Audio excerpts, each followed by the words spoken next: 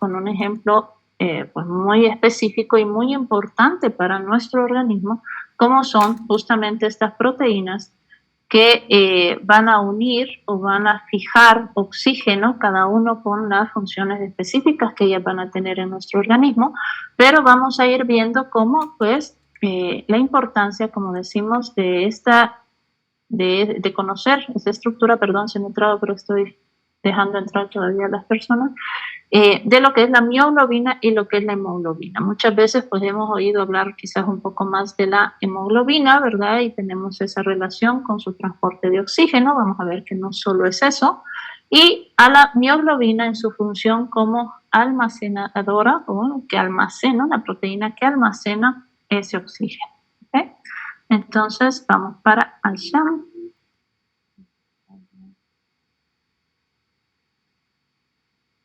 Buenas tardes. Buenas tardes. Uy, no veo. Siempre se me olvida lo del puntero. Y lo tenemos acá. Entonces decíamos, vamos a comenzar con esta relación estructura-función, ¿verdad? De estas proteínas. Vamos a ir viendo todo este contenido. Y se van a ver que está más desglosado, pero que poco a poco lo vamos a ir viendo. Y como decíamos, pues esos propósitos, vamos a utilizar a estas dos proteínas como modelos para poder entender a cabalidad lo que hemos estado diciendo desde antes, esa estructura y esa función, ¿de acuerdo? E igualmente lo que no vamos a poder estudiar todas las proteínas, ojalá pudiéramos tener una bioquímica 2, ¿verdad? Todas las proteínas que van a tener pues una similaridad, ¿verdad? En el comportamiento como lo tienen estas proteínas que vamos a estudiar.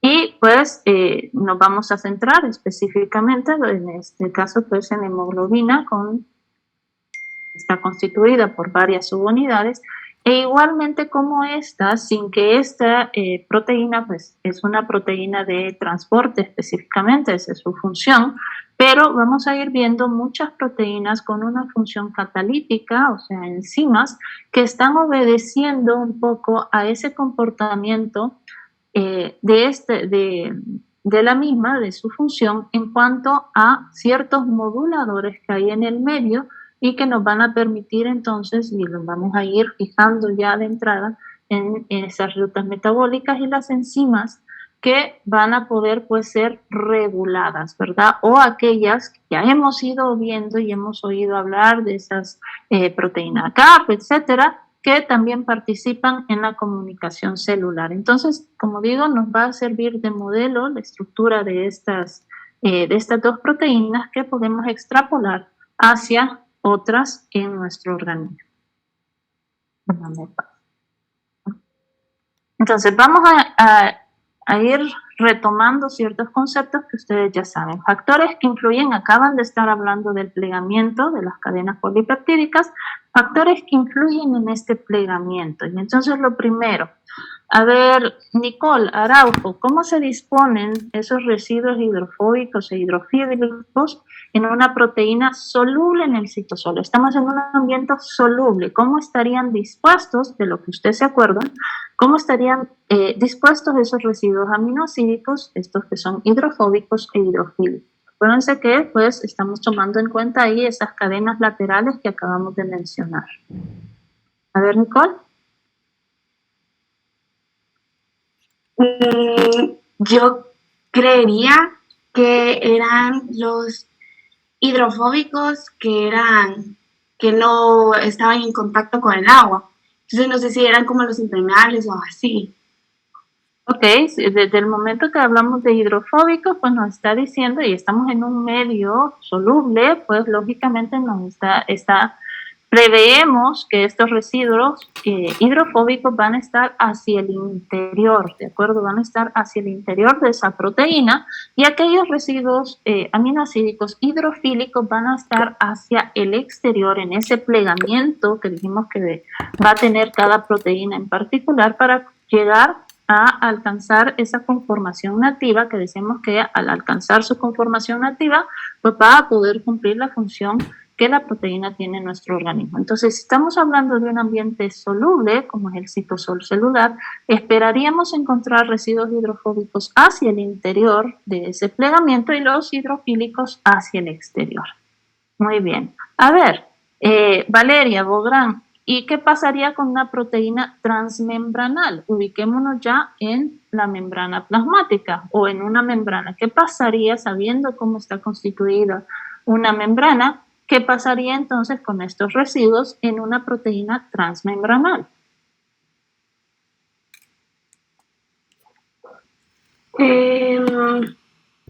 ¿Cómo así, licenciada? Disculpe. Si estamos pensando en la ubicación de una proteína en una membrana, en este caso es una proteína transmembranal que atraviesa la membrana, ¿cómo estarían dispuestos estos residuos a nivel de residuos hidrofóbicos y residuos hidrofílicos? ¿Cómo se imagina usted que estaría esta disposición? Creería que serían hidrofílicos. ¿Dónde? ¿Hacia dónde? Hacia el exterior, porque se encontrarían en un medio acuoso. Ok. ¿Y qué pasaría en la parte de la membrana específicamente? Serían hidrofóbicos. Ok, perfecto. Acordémonos que tenemos en esa membrana pues una bicapa lipídica, decíamos, ¿verdad? Y si estamos hablando de una proteína transmembranal, esas regiones, como los enseñaba en la clase pasada la doctora Mejía, veíamos una proteína que tenía distintos dominios y veíamos un dominio específicamente que está anclado o está inserto en lo que era la membrana plasmática. Justamente ahí tendríamos que esperar que en esa región encontrar en su mayoría predominando pues residuos aminoácidos de naturaleza hidrofóbica para poder pues interaccionar correctamente con el medio, en este caso pues esa bicapa lipídica con las mismas características hidrofóbicas, y hacia los extremos, en los dominios extracelular y citosólico, pues esos dominios, esos, ¿cómo se llama? Residuos aminoácidos hidrofílicos. Esto es para que vayan ya ustedes viendo, como digo, cómo influye ese plegamiento hacia lo que es pues la función en sí que va a tener la proteína en nuestro organismo. Y entonces decíamos que esas características del medio, sea polar o no polar, condiciones fisiológicas, hablaban del pH, que estábamos hablando de ese pH sanguíneo, ¿verdad? De ese 7.35 o 7.45 específicamente en la sangre, y vemos que ese pH pues no se mantiene en todos los sitios de nuestro organismo, sino que cada órgano, cada lugar pues tiene un pH específico en donde pues las proteínas que están trabajando o tienen su función en él van a estar justamente trabajando a ese pH, a una temperatura óptima, hablábamos igualmente en biología, concentraciones iónicas, etcétera, ¿verdad? Y que todo está favoreciendo termodinámicamente ese plegamiento para alcanzar su conformación inactiva.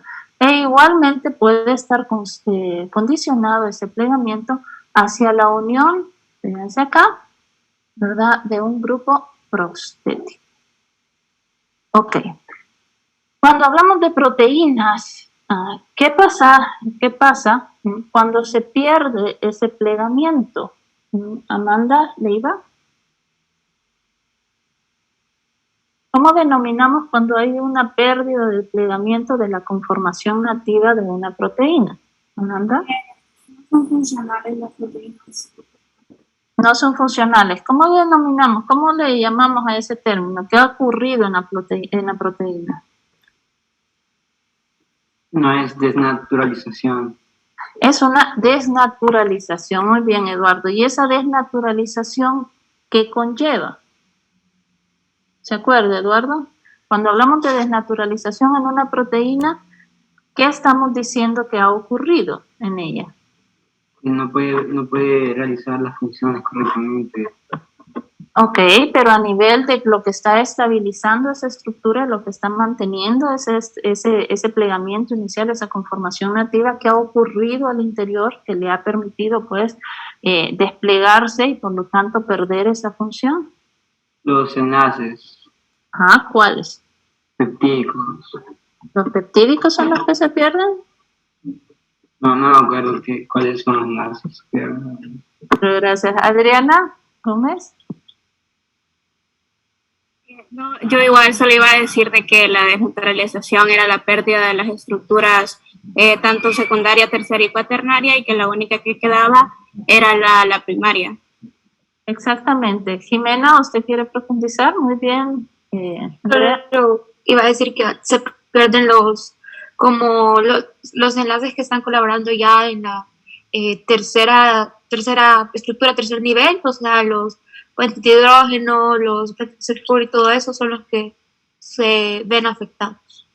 Exactamente, exactamente. Cuando hablamos de una desnaturalización, recuerden que lo que vamos perdiendo son todas esas interacciones más débiles, ¿verdad?, que hay al interior de las proteínas, en lo que es, pues, todos esos puentes disulfuros, los puentes salinos, los puentes de hidrógenos, ¿verdad?, y las interacciones hidrofóbicas que igualmente están, podemos encontrar, y eso es a lo que conocemos como una desnaturalización. Lo que es en sí el enlace peptídico, recuerden que este no se rompe. No se rompe por estas acciones. Y vamos a ver cuando hablemos de lo de que es el proceso de digestión y absorción, vamos a ver pues enzimas específicas que sí van a poder romper ese enlace peptídico como para poder obtener pues esos nutrientes, esos aminoácidos que nos van a servir, como ya vieron, para la fabricación de otras sustancias o los diferentes procesos en los cuales participan. ¿De acuerdo? Entonces, cuando hablamos de desnaturalización, la pérdida de esa estructura tridimensional, de esa conformación nativa, por todas esas interacciones, ¿verdad?, que están favoreciendo ese plegamiento. Y acordémonos, esto solo se los dejo así, porque eso, como digo, eso ya también ya lo estudiaron,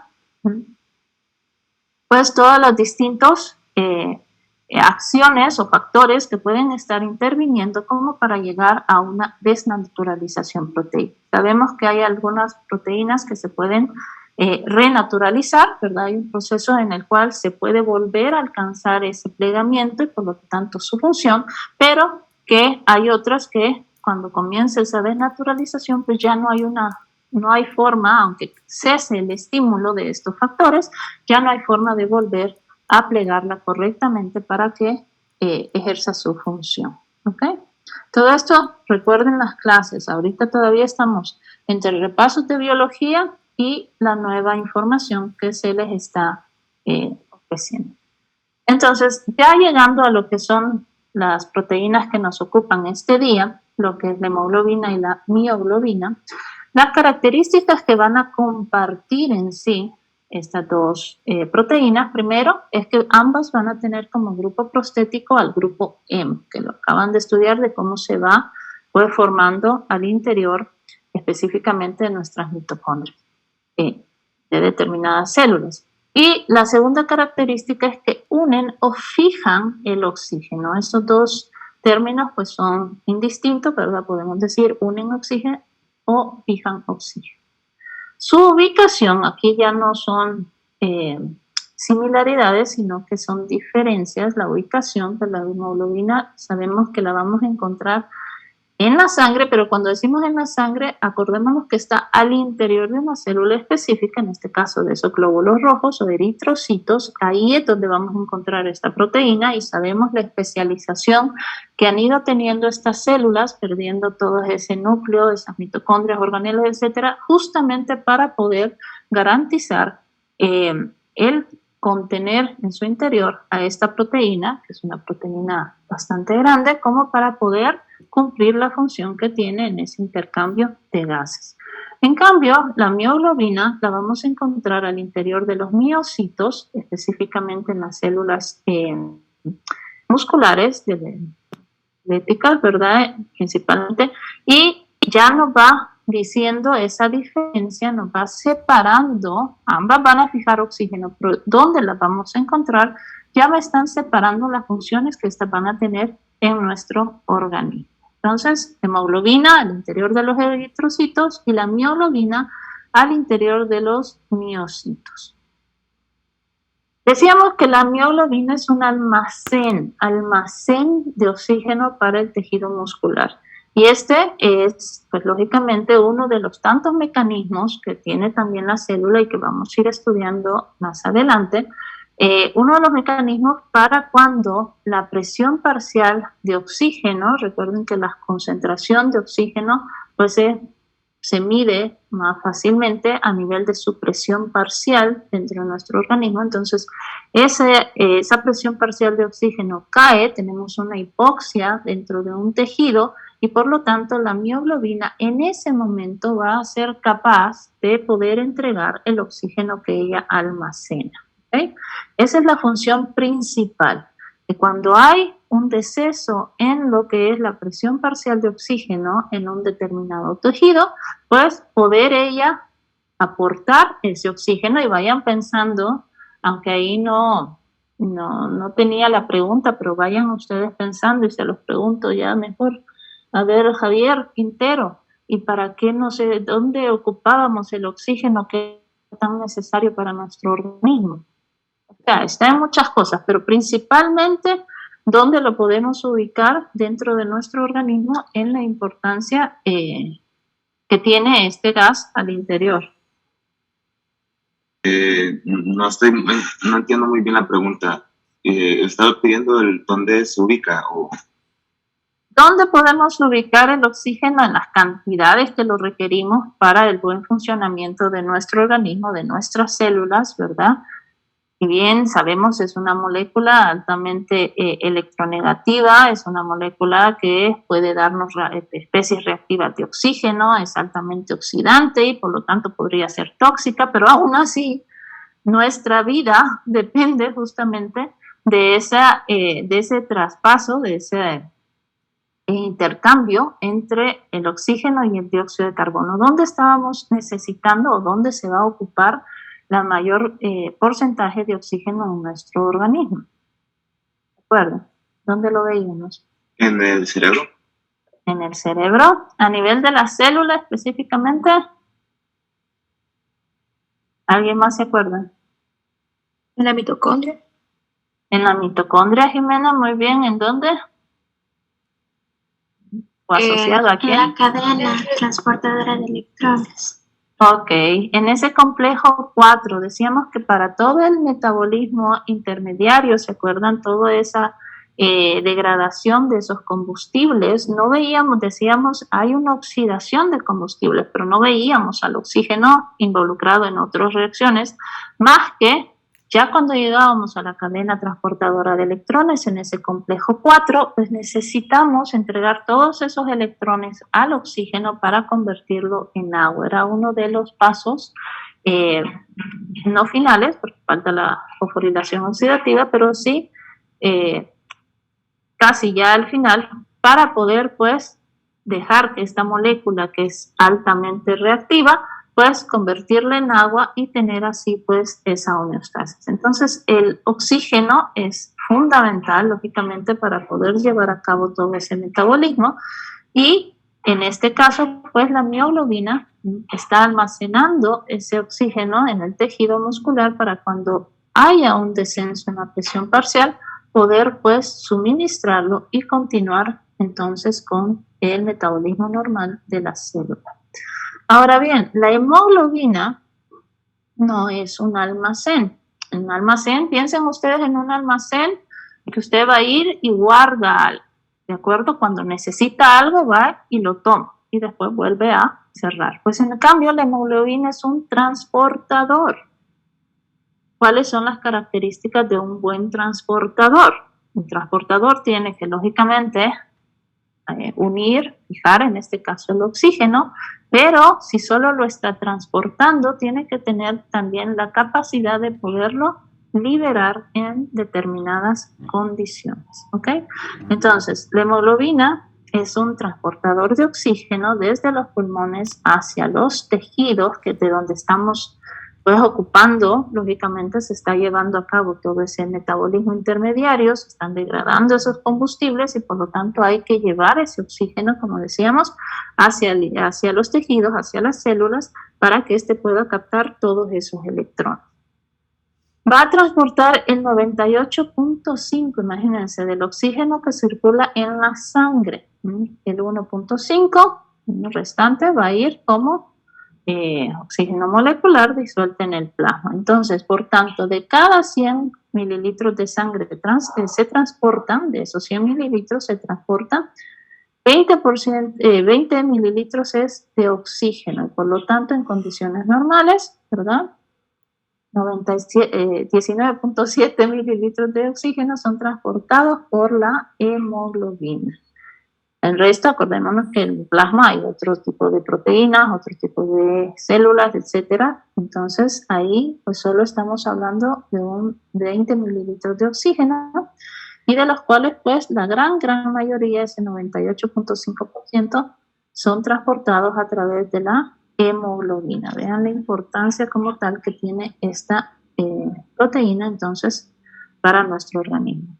Pero igualmente, cuando llega a los tejidos, y ya hemos dicho que hay un intercambio de gases, ¿verdad? Cuando llega a los tejidos, ella suelta ese oxígeno, pero va entonces a tomar ese dióxido de carbono que ustedes saben se está produciendo a través de esas rutas metabólicas, como cuáles, como la ruta de acople, como el ciclo de Krebs.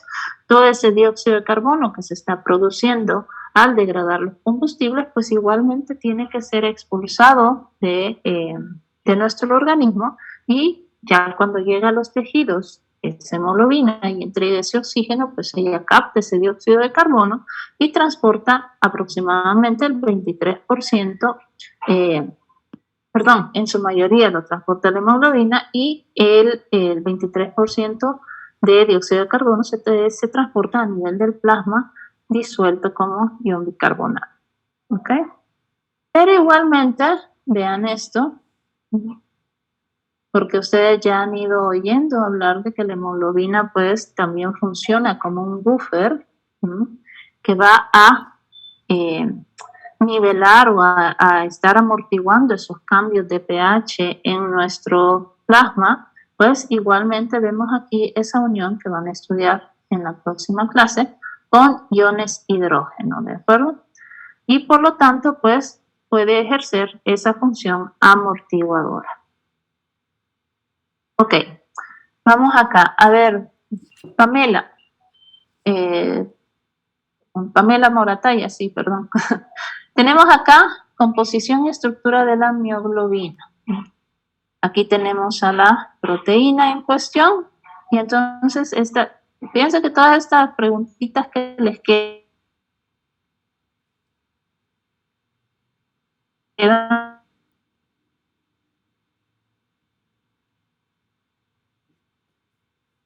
que ustedes estudian, que les vayan dando igualmente a fijar este conocimiento.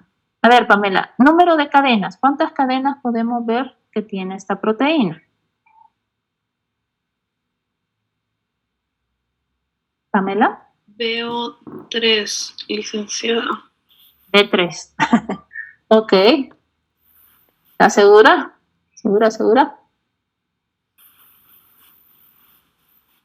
A ver, no le veo cuando levantan la mano, perdón, pero Luis Mendoza.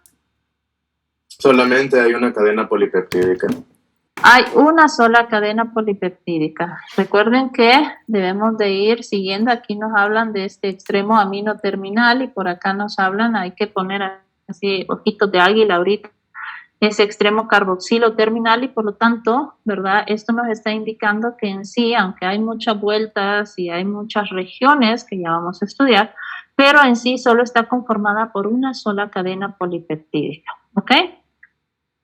Acá, esto se lo voy a dejar de tarea, el número de aminoácidos que están conformando a la mioglobina.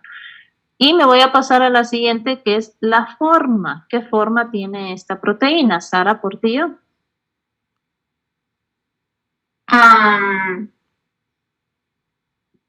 Forma. ¿Qué forma le ve a usted? Como la... sería como la composición, no sé, como era lo de hélices. No, es la forma. ¿Qué forma le ve a usted a esta proteína? ¿Sigue el cursor? Loops and turns, no sé. ¿No? A ver, Erika Hernández.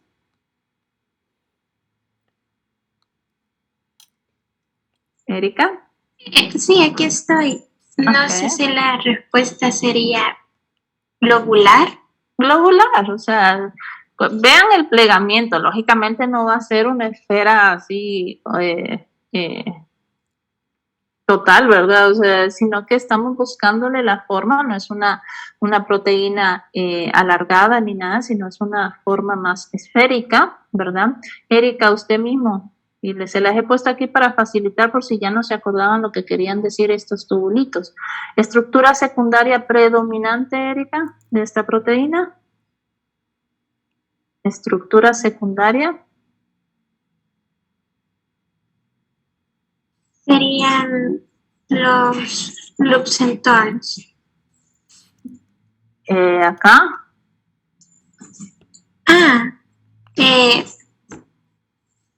No me acuerdo del nombre, pero ¿qué es así en espiral?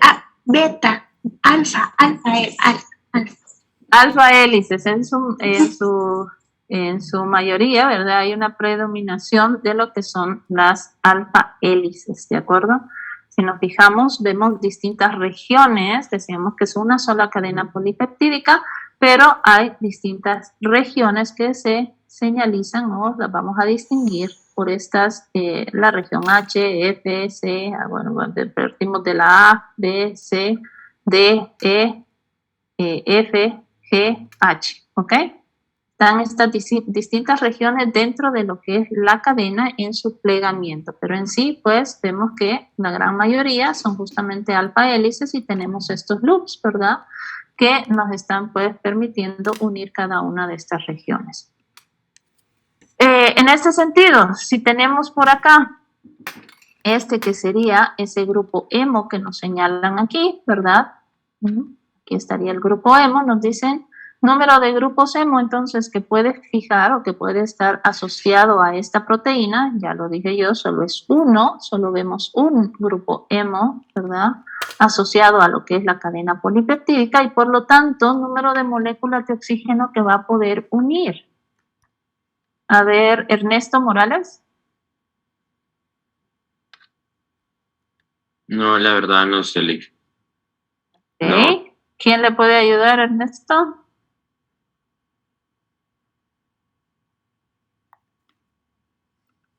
Luciano. No, ni idea. ¿Tampoco? Ni idea. Héctor. Un grupo hemo. Hay un grupo hemo. ¿Cuántas moléculas de oxígeno va a poder unir la molécula, la proteína en este caso? Uno, entonces. Uno, entonces, muy bien. Uno, entonces. Usted mismo, Héctor, ¿cuál sería su máximo nivel de organización? Por tanto, ya les mencionaron en la clase pasada cuál es son los niveles de organización. En este caso tenemos una sola cadena polipeptídica. ¿Cuál sería el nivel de organización, el máximo nivel de organización que alcanzaría? Si no me equivoco, sería terciaria globular. Exactamente, es un nivel terciario. Muy bien. Ok. Vamos a ir más rapidito porque ya con lo que habíamos hablado de la mioglobina, pues pasemos hacia la estructura de la hemoglobina. Fíjense acá cómo está estructurada. Tenemos primero cuántas cadenas. A ver, Mauricio Ortiz. Bueno, licenciada, hay dos. ¿Cuántas cadenas vemos acá? 2 cadenas, ¿no? ¿2? ¿Estás seguro? ¿Vea bien la imagen? 4. 4. Ahora, ¿de qué tipo? Eso lo voy a contestar yo. Tenemos, fíjense bien, tenemos estas cadenas alfa. Tenemos alfa 1, alfa 2, o sea que son muy similares entre ellas, son idénticas. Y tenemos acá cadenas beta, la beta 1 y beta 2. Por lo tanto, ¿verdad? Está conformada entonces por estas 4 cadenas y vamos a ver que la interfase de esta molécula, de lo que es esta proteína, realmente cuando se le trata, por ejemplo, con determinadas sustancias que nos van a permitir estudiarla un poco mejor, como en este caso la urea, pues vemos que hay cuando se separa estas cadenas, vemos que hay una mayor relación entre lo que es una conformación dimérica, un dímero, de lo que son, en este caso, beta 1, alfa 1, beta 1, y alfa 2 con beta 2. O sea, vemos aquí como que estuviera constituida por dos dímeros, y vamos a ver eso, lo importante que es más adelante para cómo se comporta esta proteína en el medio. Entonces decimos, ¿verdad?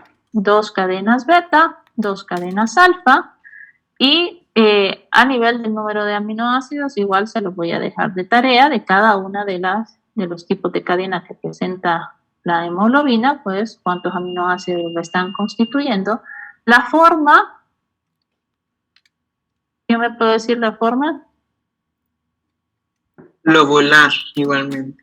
Muy bien, Jorge, globular. Y usted mismo, Jorge, igualmente estructura secundaria predominante. Fíjense nuevamente estos tubitos a que les dije que estaban señalando en la diapositiva anterior. Las hélices alfa. Las alfa hélices, por lo tanto, pues vemos muchas similitudes, ¿verdad? Ya vamos a ir viendo otras diferencias, pero similitudes con la estructura como tal de la mioglobina que acabamos de hablar. En este caso, número de grupos hemo que puedo encontrar. Frida. Serrano. No sé, Lick. Si la mioglobina que tenía una cadena estaba asociada con un grupo hemo como grupo prostético, la hemoglobina que tiene 4 cadenas, ¿cuántos grupos hemo cree usted que puede tener? 4. 4, muy bien, y por lo tanto, ¿cuántas moléculas de oxígeno va a poder unir, Frida? 4. 4, sin miedo, sin miedo. Ok, máximo nivel de organización de esta proteína. A ver, José Vega. Si no me equivoco, es cuaternaria. Cuaternaria, muy bien, porque ya estamos hablando de subunidades y por lo tanto la unión entre esas subunidades me están formando ya una estructura o un nivel de organización cuaternario. ¿De acuerdo? Acuérdense lo que decíamos de esos dímeros, la interacción, lógicamente vamos a estar pensando en que si están uniéndose estas subunidades, recuerden que si bien hablábamos de esas interacciones hidrofóbicas a nivel de la estructura terciaria y esos puentes de hidrógeno, etcétera, pues igualmente decíamos que estos mismos enlaces son los que están permitiendo alcanzar ese nivel de organización cuaternario, pero entre distintas subunidades. Y por lo tanto, van a estar permaneciendo o van a permanecer unidas, y vemos que va a haber una interacción aproximadamente de 30 residuos aminoácidos entre las cadenas de beta y alfa a nivel del dímero que les comunicaba, y unas 19 residuos aminoácidos que se están estableciendo entre lo que son las cadenas alfa y alfa, beta y beta, y por lo tanto pues vemos esa estrechez como tal estructural entre el dímero. ¿Ok? Ok, dice, ¿a qué se debe que la estructura terciaria de las cadenas de la hemoglobina, esta estructura terciaria, síganse solo fíjense en una ahorita, ¿no? La estructura terciaria de estas cadenas se asemejen a la estructura terciaria que alcanza como tal la mioglobina. ¿Por qué creen que esto se da? Luis Pablo Soto. Pues yo creería que tal vez por el mismo grupo hemo que tienen. Ajá, ok, para el grupo hemo, muy bien. ¿Y eso en qué les influye? El que puedan estar asociadas a un grupo prostético como es el hemo. ¿Qué nos quiere decir eso?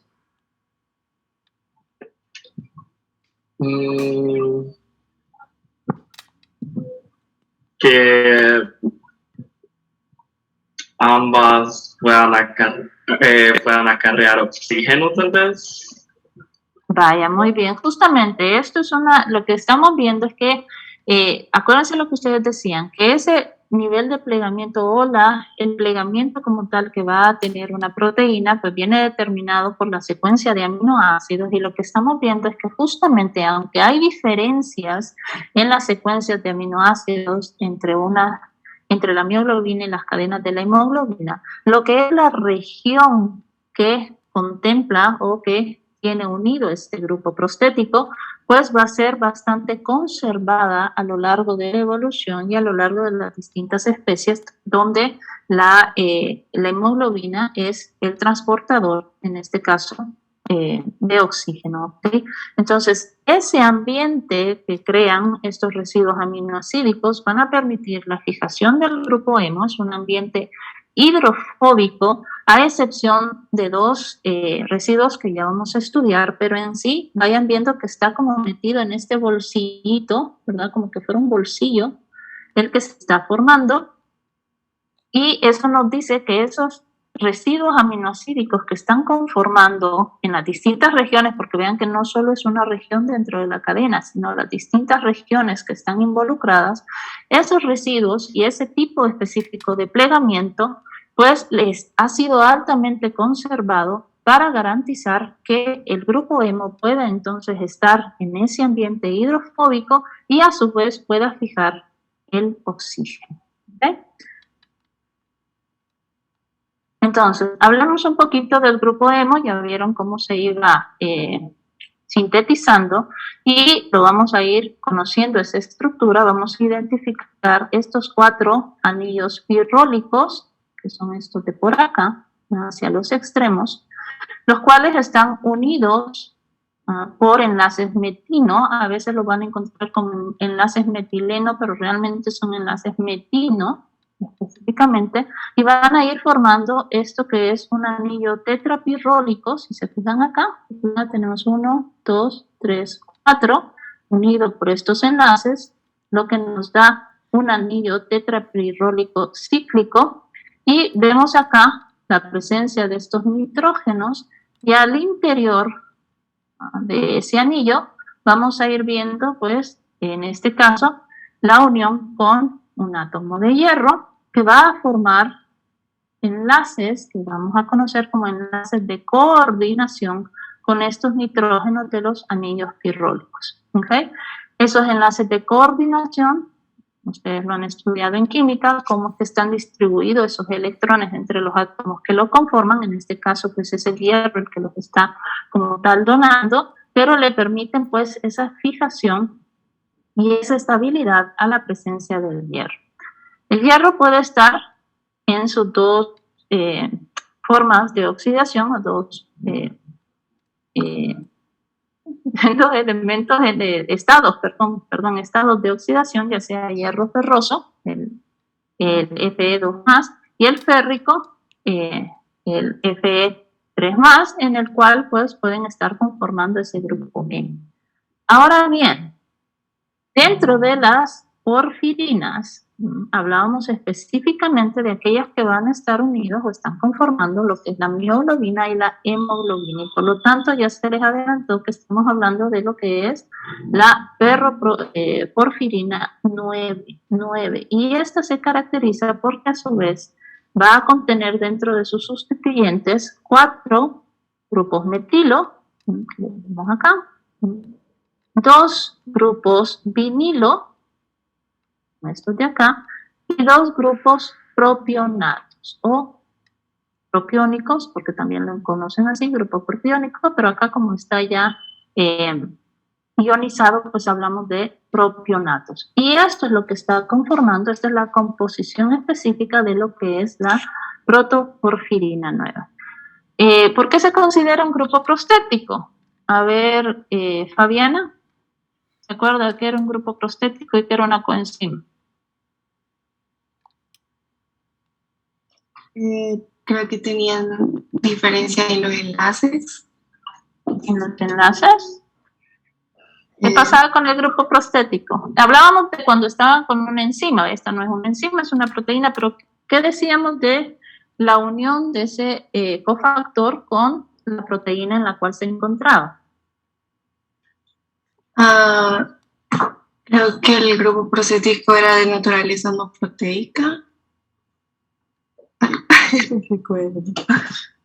Aquí es que el grupo prostético, acuérdense que están unidos covalentemente, están unidos fuertemente con la proteína en la cual se presentan, ¿de acuerdo? En comparación con las coenzimas que decíamos que eran uniones más débiles. Esto no quiere decir que ese grupo prostético pues está fijo dentro de lo que es la mioglobina y la hemoglobina y que por lo tanto pues forma parte de su estructura como tal, ¿ok? No lo vamos a ver desplazándose ni nada por el estilo, sino que en ese bolsillo hidrofóbico en el cual se encuentra, pues siempre lo vamos a encontrar al grupo prostético, unido covalentemente, fuertemente con la proteína.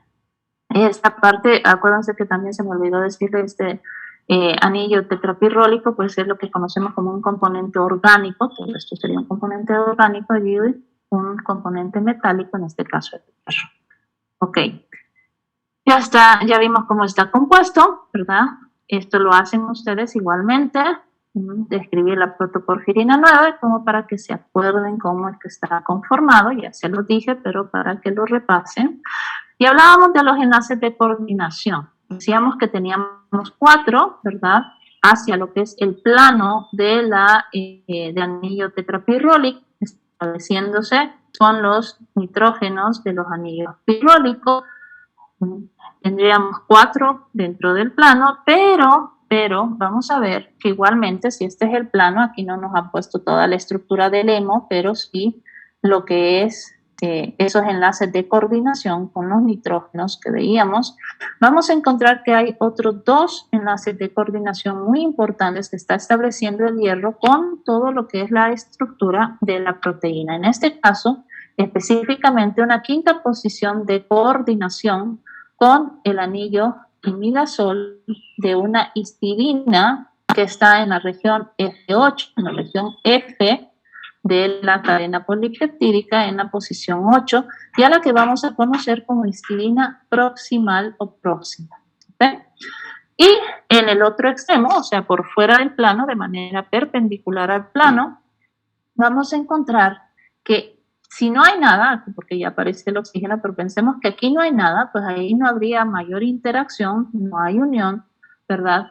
Pero que cuando se introduce, en este caso se fija el oxígeno, vamos a ver que este oxígeno establece una 6ª posición de coordinación con el hierro del grupo hemo y a su vez va a establecer un enlace por puente de hidrógeno con una histidina, siempre a través de su anillo imidazol, con una histidina en la región E7, ¿verdad? En posición 7 de la región E, a la que conocemos como histidina distal. Esto es importante que vayan fijándose en las posiciones, en las regiones dentro de la cadena polipeptídica y específicamente decíamos que ese anillo, bolsillo hidrofóbico, va a ser en su mayoría residuos aminoácidos hidrofóbicos, menos en estas 2 histidinas. Recuerden que la histidina, justamente por esa cadena lateral, pues estamos hablando de lo que es que está cargado positivamente en lo que es pH fisiológico, va a poder variar en dependencia de este pH, y esto va a permitir otras características que ya vamos a estudiar rápidamente. Entonces, el átomo de hierro puede formar 2 enlaces adicionales, decíamos, uno y a otro lado del plano del hemo, y estos se van a denominar como la 5ª y la 6ª posición de coordinación. Y los podemos ver aquí un poco mejor, ¿verdad? Aquí este sería el plano del grupo hemo, y vemos acá como aquí sí hay una interacción directa con esta histidina 93, que sería esta 5ª posición, ¿no? En la región F8, y acá estas 2 bolitas que vemos acá pues nos estarían simulando lo que es el oxígeno, y cuando se da esa unión con el oxígeno, ahí sí vemos la coordinación con el hierro en la 6ª posición y a su vez la interacción a través de un puente de hidrógeno con esta histidina 64 en la región E7. ¿Okay? Entonces, ¿cuál es la importancia de ese grupo? Todos los aminoácidos, decíamos, son hidrofóbicos, excepto esas dos histidinas. Y decíamos que si bien, ¿verdad?, pueden unir el oxígeno, si el hierro en el hemo está en estado ferroso, es que lo van a poder unir. Si bien el hierro puede estar en su estado férrico, como lo hemos visto en otro tipo de cadenas o en otro tipo de proteínas que contenían al grupo hemo, como es el caso de los citocromos, ¿se acuerdan? El citocromo P450, y veíamos cómo cambiaban su estado de oxidación. Aquí no. Solo va a poder unir tanto la mioglobina y la hemoglobina el oxígeno si el hierro está en su estado ferroso. ¿Okay? El ambiente alrededor del hemo contribuye, ese estado hidrofóbico que se crea alrededor de este grupo prostético, contribuye a que no se pueda oxidar fácilmente el hierro y se mantenga siempre en estado ferroso, y que el oxígeno pueda unirse de manera reversible. Acordémonos que para la hemoglobina en particular, pues es necesario como transportador que también sea capaz de entregar ese oxígeno. Y por lo tanto, el ambiente dentro de ese bolsillo hidrofóbico está favoreciendo que el hierro se mantenga en ese estado ferroso y por lo tanto pueda también unirse de manera reversible al oxígeno. Entonces, la sexta posición puede estar ocupada, bueno, puede estar vacía, y entonces hablamos de desoximioglobina y desoxiohemoglobina, ocupada por el oxígeno, como veíamos en la imagen, y por lo tanto hablaremos de oximioglobina o oxihemoglobina, pero también puede estar ocupada por agua y por otros elementos que van a estudiar a nivel de la discusión específica. Y tenemos aquí que cuando está ocupada por el agua la podemos conocer como ferrimioglobina o ferrihemoglobina, y también llamada metahemoglobina, ¿ok? Y es ahí donde tenemos a ese hierro en estado férrico, ¿verdad?, oxidado, y por lo tanto no fija el oxígeno. Eso es muy importante también a nivel de ciertas patologías. Ok. Como estamos hablando de una proteína de estructura cuaternaria, vemos que pueden haber cambios conformacionales, ¿verdad?, de la hemoglobina cuando ésta une al oxígeno. Y entonces vamos a hablar de dos estados específicos, un estado T, que es un estado tenso, sería este de acá, y un estado R, un estado relajado. La hojita. A ver, Miguel Escobar, ¿puede ver alguna diferencia entre estos dos estados, así poniendo, como digo, ojo de águila en la imagen? Algo que se le... Ahí sí que encuentra la diferencia.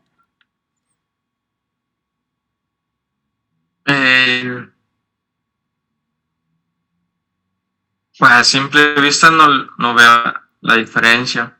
¿En la diferencia? Natalie Córdoba.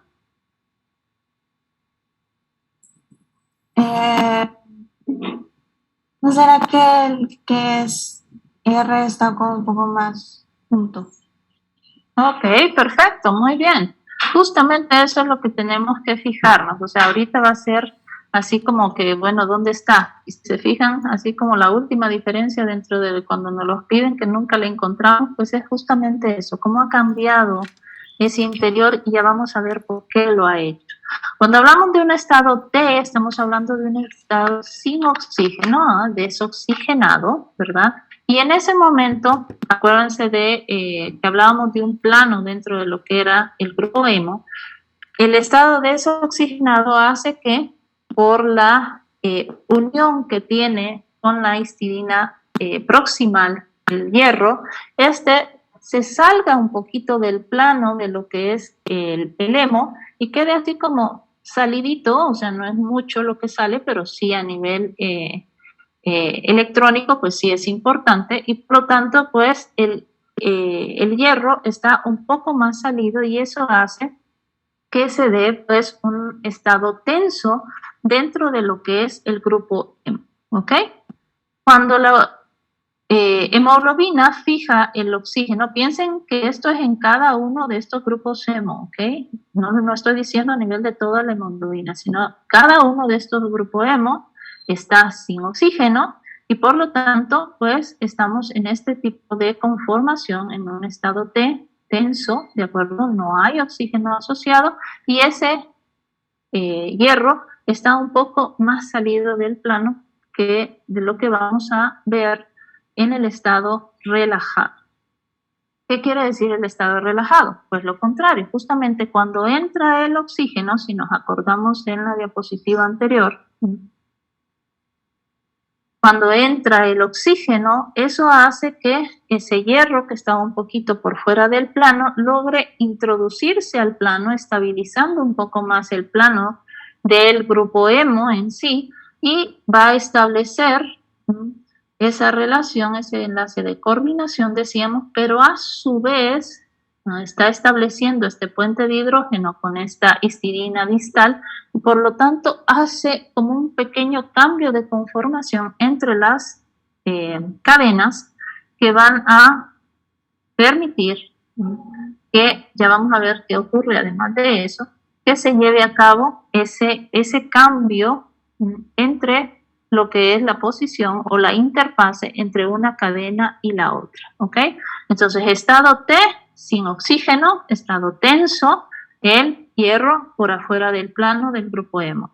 Estado R, con oxígeno, con un equilibrio o una estabilidad dentro del grupo hemo, sí, porque el hierro se ha introducido dentro del plano y ha permitido establecer otras relaciones con esa histidina distal a través del oxígeno. Y es lo que vamos a ver acá, ¿ok?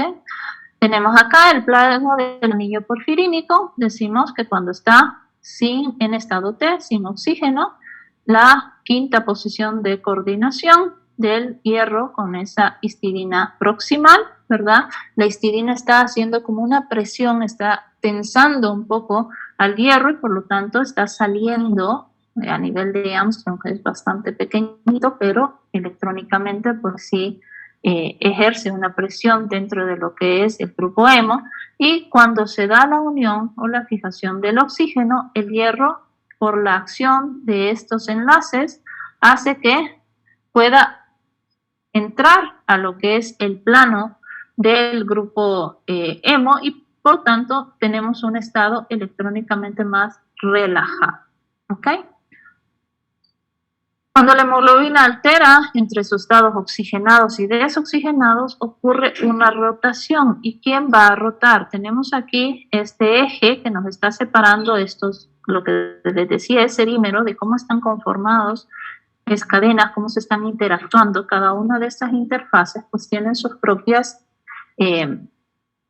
relaciones entre los distintos residuos aminoácidos que están en contacto uno con el otro. Entonces, lo que es la unión de las cadenas alfa con la cadena beta, en este caso va a haber, cuando ya pasa de la forma tensa, de la forma desoxigenada a su forma o conformación oxigenada, su forma R, va a haber una rotación. Hay una rotación entre lo que es en relación esta B1 con su cadena alfa y en comparación con el otro dímero. Rotan entre sí unos 15 grados aproximadamente, ¿ok? Todo esto debido a lo que está sucediendo también con el hierro, ¿ok? Eso hace que se vayan cambiando por esa relajación dentro del grupo, pero a la vez pues la unión y la interacción con esas regiones dentro de lo que es la cadena polipeptídica, haya una rotación, un cambio en la conformación y esto está haciendo que, aparte de lo que veíamos de esa rotación, que el espacio entre las distintas cadenas beta pues también se ve alterado y en el estado T, desoxigenado, es un poco más amplio que en el estado oxigenado. Y por eso es el cambio que estábamos viendo al interior.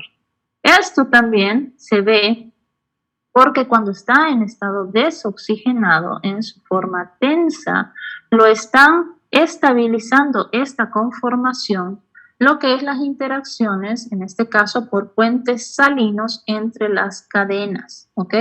Los puentes salinos, que de los que vamos a hablar a continuación, están estabilizando la forma T, la forma tensa, sin oxígeno, ¿ok? Cuando entra el oxígeno, aparte de esa tensión que se libera dentro de lo que es el grupo hemo, estos puentes de oxígeno estos puentes salinos que estaban estabilizando la forma T, se rompen. ¿Y cuáles son estos puentes? Pues vemos acá que estos puentes se están estableciendo. Estas son las posiciones como tal de estos residuos aminoácidos de los que vamos a hablar. A nivel de lo que son los extremos carboxilo terminal, entre este aspartato, que se conoce como FG1, que son las posiciones, decíamos, y esta histidina, ¿verdad? Pues se establece un puente un puente salino, al igual que lo que es el extremo carboxilo terminal con esta lisina de la cadena alfa, ¿ok? Aquí hay otro puente salino, hay puentes salinos que están estableciéndose entre las cadenas alfa, que es lo que vemos aquí, ¿verdad? Con el extremo amino terminal de una, con el extremo carboxilo terminal de la cadena alfa 2, igual a este lado. Si me enfoco aquí es para no perderlo, pero lo mismo está sucediendo al otro lado de la imagen. E igualmente a nivel intracatenario, o sea, entre ambas cadenas alfa, tenemos la alfa 1 y alfa 2, que son las que están en gris al interior, vemos que hay puentes de hidrógeno estableciéndose entre residuos, en este caso de aspargina, en posición H9, y la arginina en posición, esto quiere decir ese extremo carboxilo terminal, HC3. Y lo mismo hacia esto a otro extremo, ¿de acuerdo? Entonces, en general son 8 puentes salinos los que estaban estabilizando lo que era la conformación T desoxigenada y que van a romperse por ese cambio, esa rotación que ha habido entre los dímeros que conforman la estructura cuaternaria, y van a romperse si tenemos aquí 1, 2, 3, 4, 5, 6, 7 y 8. Estos puentes salinos se rompen, se forman otros, y esto va haciendo que pasemos de esa forma T, una tensa, hacia la conformación relajada. ¿Ok? ¿Me han salido algunos? De acuerdo.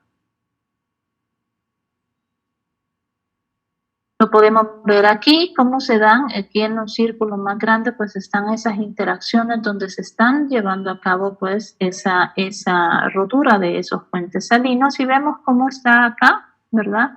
A nivel de esa conformación T, cómo se están formando esos puentes salinos entre los distintos residuos aminoácidos, y cómo esto, pues, al girar como tal las subunidades, pues van a romperse y van a ir facilitando entonces el hecho de que se vaya incorporando, se vaya fijando las moléculas de oxígeno a las distintas cadenas.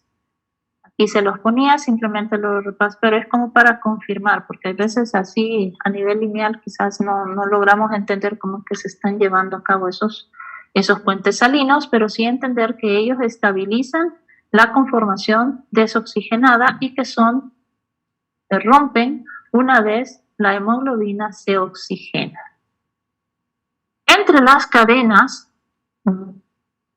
vamos a ver que existe un efecto cooperativo entre las cadenas. ¿Qué quiere decir esto? Que cuando la primera cadena en su grupo hemo fija, decíamos que eran 4 moléculas de oxígeno las que se puedan fijar. Cuando fija el primer oxígeno y se dan esos cambios, se dan los primeros cambios de la rotura de esos puentes salinos, eso va a facilitar la entrada del la segunda molécula de oxígeno. Esto facilita la entrada de la tercera, y esta última ya deja más disponible a ese grupo hemo para que acepte el cuarto oxígeno y llene así todos sus grupos hemos. Y eso es un efecto cooperativo que pues se presenta dentro de la hemoglobina. ¿Ok? Esto es solo para que ustedes puedan repasar, ¿verdad?, ese comportamiento y lo que decíamos, porque podemos hablar que la hemoglobina es un buffer muy importante dentro de nuestro plasma, y es ese comportamiento cuando está en su conformación T a nivel básico y en su conformación R a nivel ácido, ¿ok? La afinidad por el oxígeno de cada una de estas conformaciones. Lógicamente en el estado T va a ser baja porque no tenemos oxígeno alrededor y por lo tanto esos puentes salinos están formando las distintas cadenas y están estabilizando esa conformación. Como les decía, entre el primer oxígeno comienza a haber esos cambios en las distintas cadenas y va a ir haciendo un efecto cooperativo entre cada uno de ellos y por eso ya la afinidad por el oxígeno va aumentando. Hay ligandos que favorecen esos estados y es lo que van a estudiar en la próxima clase, pero sí les queda ya que vamos a ver pues cómo está afectando esa presión parcial de oxígeno principalmente, pero también cuando decimos a nivel de los tejidos, pH del medio, la presión parcial de dióxido de carbono que se está generando también a nivel de los tejidos y este otro intermediario metabólico que lo vamos a estudiar, ¿verdad?, que es el 2,3-bifosfoglicerato. ¿Okay? Ya van a estudiar cada uno de ellos, pero entender que la hemoglobina está respondiendo en esa afinidad por el oxígeno a través de la presencia de estas señales, de estos ligandos en el medio y por lo tanto pues va a ir cambiando su afinidad por el mismo. Y eso nos va a llevar ya por último, corriendo que ya nos pasamos, a lo que son las curvas de saturación, donde podemos ver por qué cada una tiene una función específica. En este caso hablamos de un eje, ¿verdad?, en el cual pues aquí tenemos saturación de la proteína, cuánto está uniendo al oxígeno, versus en el eje de las X la presión parcial de oxígeno, ¿verdad? Y vemos cómo describen cada una de ellas dos curvas totalmente distintas, una curva hiperbólica para la mioglobina y una curva sigmoidea para la hemoglobina. Y esto nos habla justamente esta curva sigmoidea del efecto cooperativo que tienen las cadenas dentro de la hemoglobina. Este valor que les aparece por acá, que indica la P50, lo que me indica es el grado, o más bien la concentración en cuanto a la presión parcial de oxígeno, en el cual la mitad de esa proteína ha podido fijar ese oxígeno, ¿ok? Ese es, en el caso de la mioglobina, si vemos aquí en presiones parciales muy bajas, en este caso tenemos aquí 1 milímetro de mercurio, en alguna literatura lo van a encontrar de 2 milímetros de mercurio, pero de 1 milímetro de mercurio ya la hemoglobina en su P50 puede captar ese oxígeno, ¿verdad? Aquí estaríamos en valores de saturación, en el cual pues ya esa mioglobina como tal, mientras haya una buena presión parcial de oxígeno, pues ella va a mantener su oxígeno almacenado. Tendría que disminuir, que era su función, muchísimo menos de este milímetro de mercurio al interior de las células musculares, esa presión parcial de oxígeno, para que la mioglobina, la mitad de esas moléculas, puedan entregar su oxígeno. Imagínense cuánto ha tenido que descender la presión parcial de oxígeno para que la mioglobina obedezca, responda y pueda entregar el oxígeno. Sin embargo, la hemoglobina, cuya función es de transporte, ahí al contrario, vemos que esa P50 nos lleva hasta 26 milímetros de mercurio. Eso quiere decir que a 26 milímetros de mercurio, más o menos por acá, ¿verdad?, alcanzamos esa mitad en lo cual esos grupos hemo pues han podido ya sea captar oxígeno o en su caso pues también el poderlo entregar en un momento determinado. Ella tiene que responder a esas señales en el medio. Cuando estamos en los pulmones hay una gran presión parcial de oxígeno, lógicamente le va a ser más fácil captar el oxígeno y fijarlo, y ya cuando llega a los tejidos, pues las condiciones que hay en cada uno de los tejidos en cuanto a ese pH, a ese CO2, a ese 2,3-bifosfoglicerato, van a permitir entonces que ella pueda entregar el oxígeno y poder pues cargarse de estos otros elementos. ¿Okay? Hemos ido corriendo. Esto solo es indicativo, lo de la biografía, porque la verdad es que van a encontrar, son de las proteínas más estudiadas y por lo tanto van a encontrar en todos los libros viene justamente la descripción de esa interacción entre ambas, y esto solo para que recordaran, es solo a manera de resumen, ¿verdad? Que esos puentes salinos pues están como tal pues restringiendo esa movilidad, están permitiendo pues que se estabilice la forma o la conformación T de desoximoglobina y por lo tanto pues desciende la afinidad por el oxígeno.